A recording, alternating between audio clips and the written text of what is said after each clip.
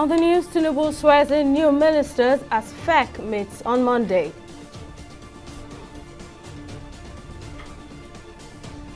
Appeal Court President directs transfer of all election appeals to Abuja and Lagos. And APC Senator Ishako Elisha Abo sacked by the Appeal Court.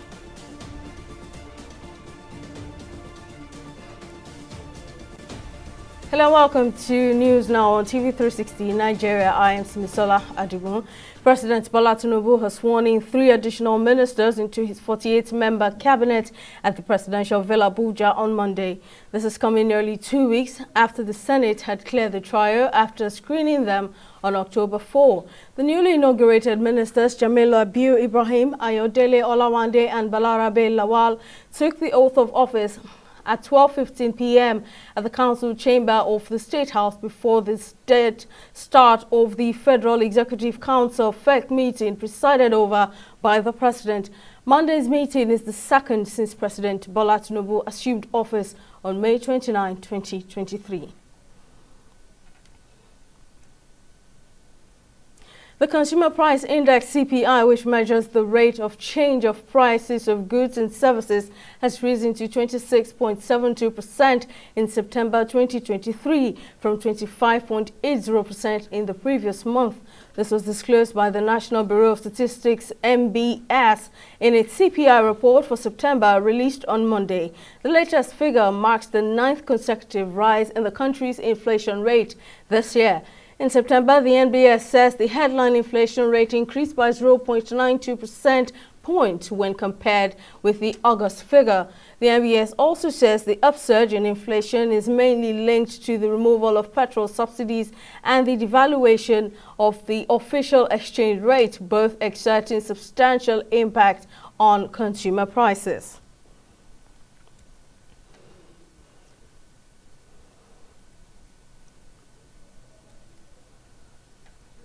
In a bid to curtail political interference in the dispensation of justice, the President of the Court of Appeal, Justice Monica Dongwa-Mensam, has transferred all election petition cases pending before the court in the 36 states to Abuja and Lagos divisions of the Appellate Court.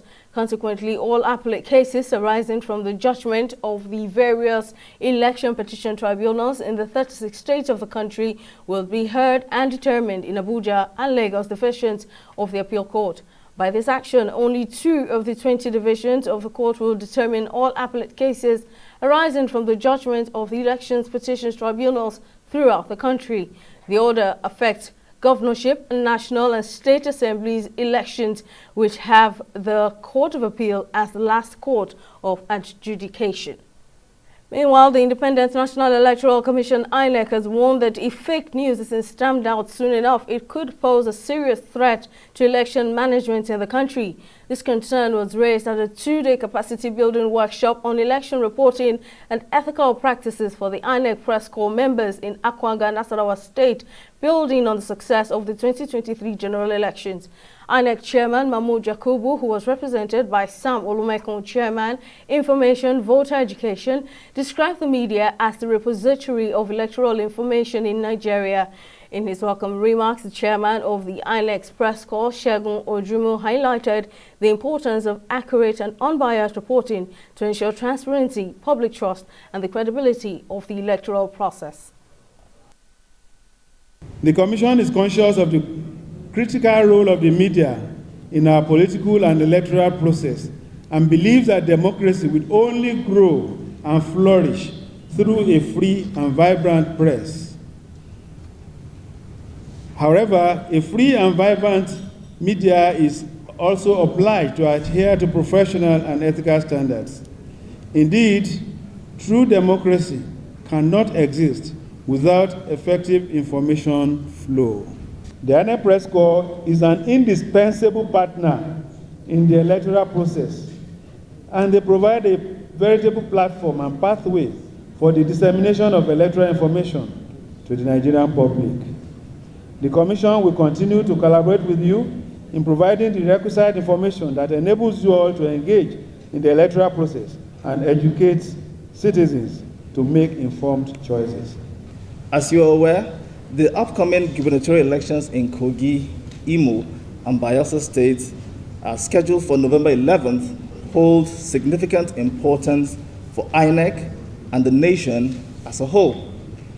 Accurate and unbiased reporting is vital to ensure transparency, public trust, and the credibility of the election process.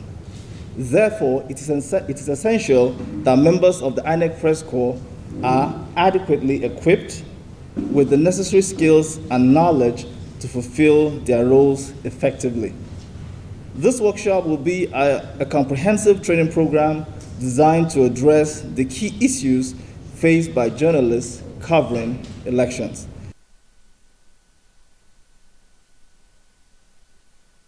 The Independent National Electoral Commission, INEC, has conducted the mock accreditation exercise for voters in Kogi State, where it assured of its readiness to conduct the off-cycle elections in both Kogi, Bayelsa, and Imo states.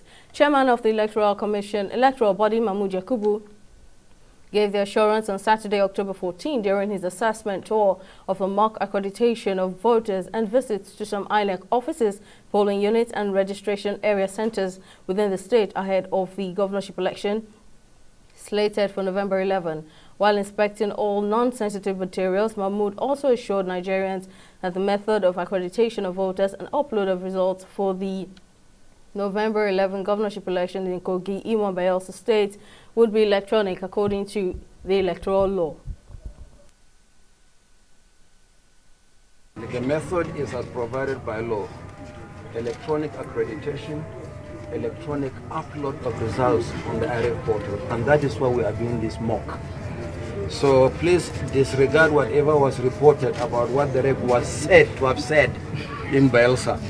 That's going to be the procedure, and it's for that reason that I will advise you also, for those who are registered on the IRF portal, that in the next 2 hours or so, as you go to the IRF portal, you'll see the result of the mock from all the 3 states. We are uploading as we have done in previous elections. Well, so far so good in terms of assurance from the security agencies. As we can see, they are even here for the mock. And next week, Friday, there is going to be a high-level meeting in Abuja, chaired by myself and the National Security Advisor, in which all the security chiefs will be present, no representation, to discuss the issue of security for the 3 states, so on top of the situation in terms of security arrangement and security deployment. The Human Rights Writers Association of Nigeria, Huriwa, and the Patriotic Defenders of the National Institutions have called on the appeal court to dispense justice in the Enugu State governorship election petition. The group made the call during a press conference held on Sunday in Abuja, urging a thorough review of the judgment that returned the People's Democratic Party (PDP) candidate Peter Mba as the duly elected, in order to prevent a reputational damage of the judiciary. Addressing journalists on behalf of the group, the national coordinator of Huriwa, Emmanuel Onwubiko, says the judgment raises troubling questions about the integrity of Peter Mba's certification, justice, and the rule of law. Legal experts who are members of our organizations have analyzed the judgment and found it to be delivered with a disregard for the Constitution and the Supreme Court precedents. Section 1821 of the 1999 Constitution of the Federal Republic of Nigeria clearly outlines the penalties for, that's where our concern is, forgery, regardless of the perpetrator's status. The tribunal also erred in failing to re-evaluate the figures awarded to the PDP. It is a miscarriage of justice for the court to rule in favor of an individual who, as alleged, blatantly violated Section 1821 of the Constitution. It was erroneous for the court to assert that a petitioner must produce a certificate they did not create. Additionally, describing the evidence of witnesses summoned by the court as incompetent because the witness statements were not filed at the time the petition was initially submitted is a grave error. The implications of the tribunal's judgments are deeply troubling. They undermine the integrity of the Nigerian certification process. Senator Ishaku Elisha Abo, the lawmaker representing Adamawa North Senatorial District in the National Assembly, has been sacked by the Appeal Court. The All Progressives Congress APC senator confirmed to newsmen that the court had voided his election in favor of the candidate of the People's Democratic Party PDP, Amos Yohana. Senator Abo had been declared winner of his re-election in the February 25, 2023 National Assembly election, while Yohana came second as declared by the Independent National Electoral Commission, INEC. The court accordingly ordered INEC to withdraw the certificate of return issued to Senator Abo and issue the same to Yohana. A group of social activists have thrown their support behind the pronouncement by the Lagos State government banning street trading and hawking in the state. Speaking with newsmen in Lagos, the group says street trading and hawking is a threat to the security of life and property, as many who, under the guise of being hawkers, have unleashed mayhem, robbed motorists and disrupted free flow of traffic in the state. The group added that the cleanup will address the problem of indiscriminate disposal of waste, which has worsened despite numerous awareness and sensitization programs by the state government on the negative implications. Lagos State government decision to enforce the ban on street trading / hawking is to curb the activities of criminals who, under the guise of street trading, unleash mayhem on unsuspecting innocent people, rob motorists, disrupt free flow of traffic. The market women affected by the closure of the market have not disagreed that they are found uncoordinated and indiscriminate waste disposal, in spite of consistent and rigorous awareness and sensitization by the government on the negative implications of such actions. Why then should anyone or group of people cry more than the bereaved? Should the government put the lives of millions of Lagosians at the risk so that trading can go on in a dirty and inhumane environment? Why would the government not enforce the Lagos State Environmental Management Law 2017? Beyond the fact that we are endorsing the decision of the government to enforce these laws, we are also challenging the government to live up to its expectation. And this particularly, we are tasking the Ministry of Environment in Lagos State, which seems to be under a very visionary leadership now, to make the issue of environmental law in Lagos a priority. The Consul General of the People's Republic of China in Lagos, Yang Yuqing, has said that the Belt and Road Initiative, BRI, has proven to be a significant catalyst for cooperation and development between Nigeria and China. Speaking at the 10th anniversary of the Belt and Road Initiative over the weekend, held in Lagos and tagged Renew the Hope with the Belt and Road Initiative, Yang Yuqing expressed delight that Chinese companies have been actively participating in projects in Nigeria, especially in Lagos. Tamilore Akikwole has more on this story. Since China's President Xi Jinping proposed the Belt and Road Initiative 10 years ago, a large number of major infrastructure projects, including roads, railways, airports and seaports, have been completed across Africa and many other countries. In Nigeria, major projects completed under the initiative in recent years have facilitated social and economic transformation. Several seaports and rail line infrastructure in several regions of Nigeria listed at the Third Belt and Road Forum in Lagos, highlighting the continued importance of the Global Infrastructure Investment Project to the PRC's foreign policy. At the event, the Consul General of the Republic of China in Nigeria, Yang Yuqing, says the initiative offers global change and also embodies China culture to build a better nation for mankind. She added that the infrastructure development by the Chinese in partnership with the Nigerian government has been making an impact in the lives of many Nigerians. It's evident to all that the Belt and Road Initiative is not about China creating a closed, exclusive circle for geopolitical competition. Instead, it represents an inclusive garden of opportunities shared with countries around the world. It is a grand avenue of cooperation where China and Nigeria participate together, cooperate together, and benefit together. We give almost 2,000 Nigerian students a scholarship, and also we go to building almost 5 schools in Lagos, and we also do so many things. We are also support low-income family and education. In a separate remark, the Deputy Director of the Confucius Institute at the University of Lagos highlighted the positive impact of China's involvement in Nigeria and Africa. A lot of Chinese companies now economically are sponsoring what we call small medium enterprises. Now, what do I mean by that sponsor of small medium enterprises? Now, after working with Chinese corporations for a while, top key workers are given the opportunity and the finances to start their own corporations. Now, the finances, the products are totally given to these workers so that they can branch out and develop their own capacity. Now, this is a very, very good development because a lot of people and a lot of family members all depend on this.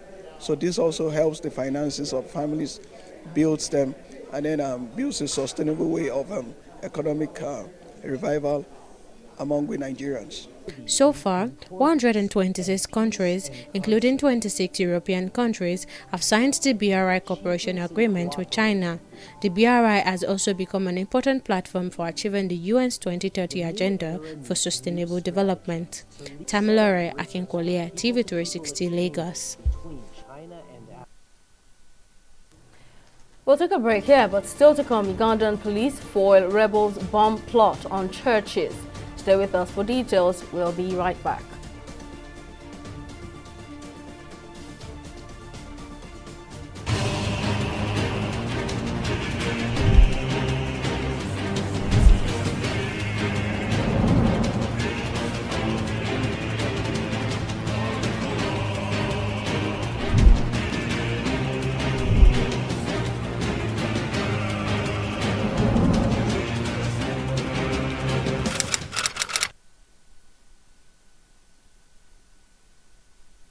In the last 3 years, we have built a multi-purpose center, which is the envy of all in our constituency. And I can tell you that the people who are living there are already enjoying it. Guy, do you think what this man just said is true? See, I seriously doubt. I'm sure it's one of those their silly lies. And wait, do you know there's a way to find out if these things he's saying is true or not? This is the Construct app. It gives people like us a sure way to track implementation of constituency projects. It gives valid and verified information on location of projects, amounts allocated, amount funded, the level of job done, and even the profiles of concerned legislators. You and I can post directly on this app. Are you serious? This is the Go-To app if you want to know how our Commonwealth is being expanded by the government. Wow.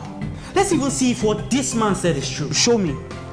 The Construct app is developed by Other Paper Nigeria with support from USAID and is available on both Google Play Store and Apple Store. And it's true. Of course, I told you.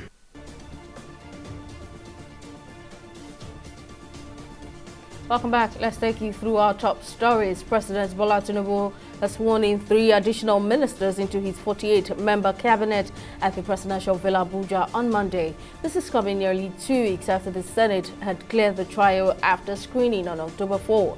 The newly inaugurated ministers Jamilu Bio Ibrahim, Ayodele Olawande and Balarabe Lawal took the oath of office at 12:15 p.m.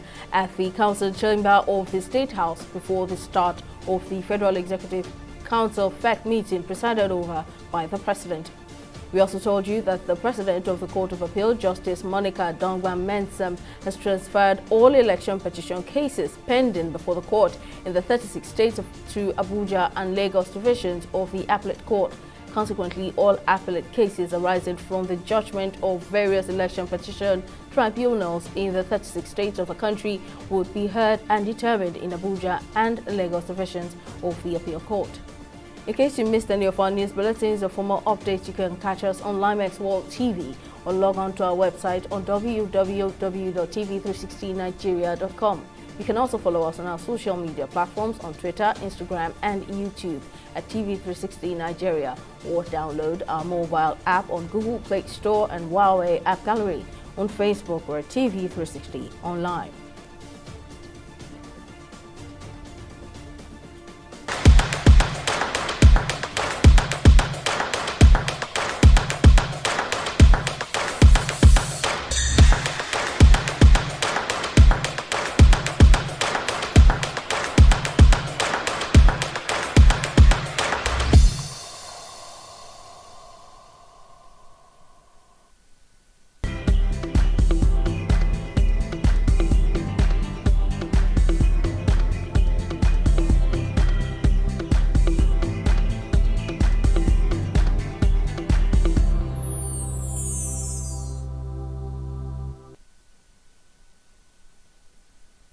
Senate President Godswill Akpabio has promised to give the necessary support to the Ogun State government on the reconstruction of all the deplorable federal roads in the state, especially the Lagos-Ota-Abeokuta Expressway.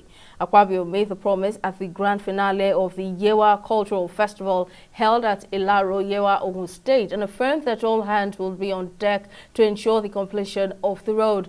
The president, who was particular about the Lagos-Ota-Abeokuta Expressway, insisted on driving to the venue to have first-hand knowledge of what people go through on the road every day.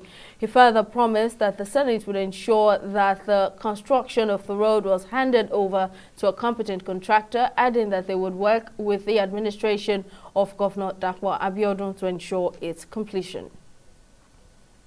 Still on business, the Director, Communications and Public Affairs Department of the Nigeria Deposit Insurance Corporation, NDIC, has applauded internet banking irrespective of the various challenges encountered by users. At the just concluded annual seminar of the Financial Correspondents of Nigeria, FICAN, the Director called Nigeria internet banking as one of the most secure in the world, despite the few internet frauds the banking system has experienced. He lauded the Nigeria Interbank Settlements System PLC and the Central Bank of Nigeria CBN and other relevant regulators, including the private sector, for concerted efforts so far. The Nigerian Deposit Insurance Corporation have extended deposit insurance cover to the mobile money operators. The way it works is through the framework that was passed. It is called Framework for Mobile Money Operation Pass-Through. The pass-through is, there are numerous MMOs. There are the banklets, there are non-banklets, there are a consortium of some others, and many more. How it is being done is in order to inculcate and encourage financial inclusion, those who are afraid of moving to the banking industry, those of our parents or people who are in the villages who are afraid of technology and whatnot, have to be enticed to move in. So we ensure that, okay, look, your deposits, even through these systems, if you don't have banks in certain locations, use the technologies we are there to support. We ensure that we ensure the deposit of typical bank. The pass-through is each MMO has a pool of accounts. That pool of accounts, whether it's bank-led or non-bank, they have accounts with a standard bank. And that pool is ensured, and each individual contributor to the pool is ensured to the ensured regulatory limit that is done with any bank deposits. We'll take a break here and return with a review of the stock market. Don't go away.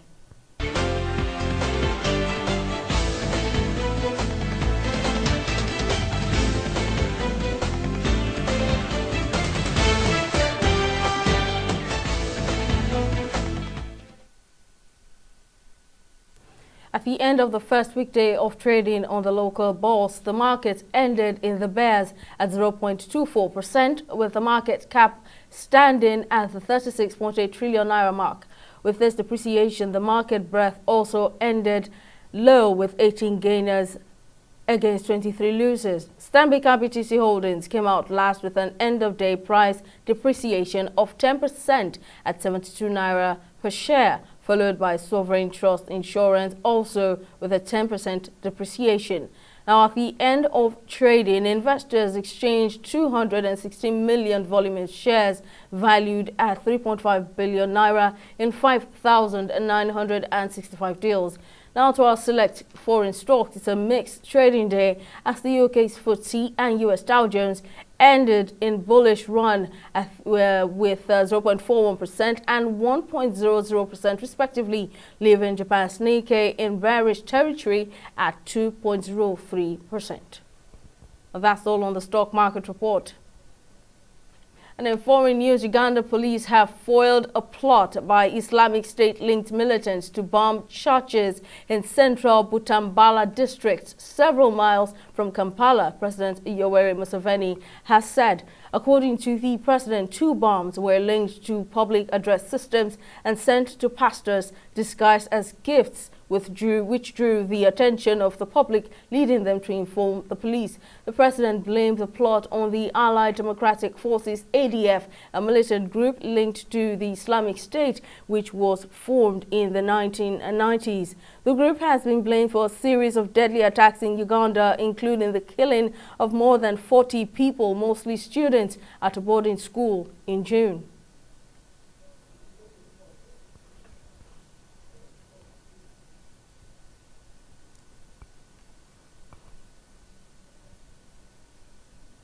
Finally, in sports, Belgian international Romeo Lavies has reportedly suffered an injury setback as he looks to get his Chelsea career off the ground. Lavies suffered an ankle injury during training last month, delaying his expected Chelsea debut following his €58 million summer transfer from Southampton. His return has been pushed back due to ligament damage resulting from the injury setback, while Lavies has shown positive signs by transitioning from a protective boot to rehabilitation work in the pool. It will still take some time before he can fully recover and return to the pitch. Although a November return is viewed optimistically, Chelsea is exercising caution and Lavies' involvement might extend into early December. Well, that's all on News Now. Many thanks for staying with us. See you again next time. Bye-bye.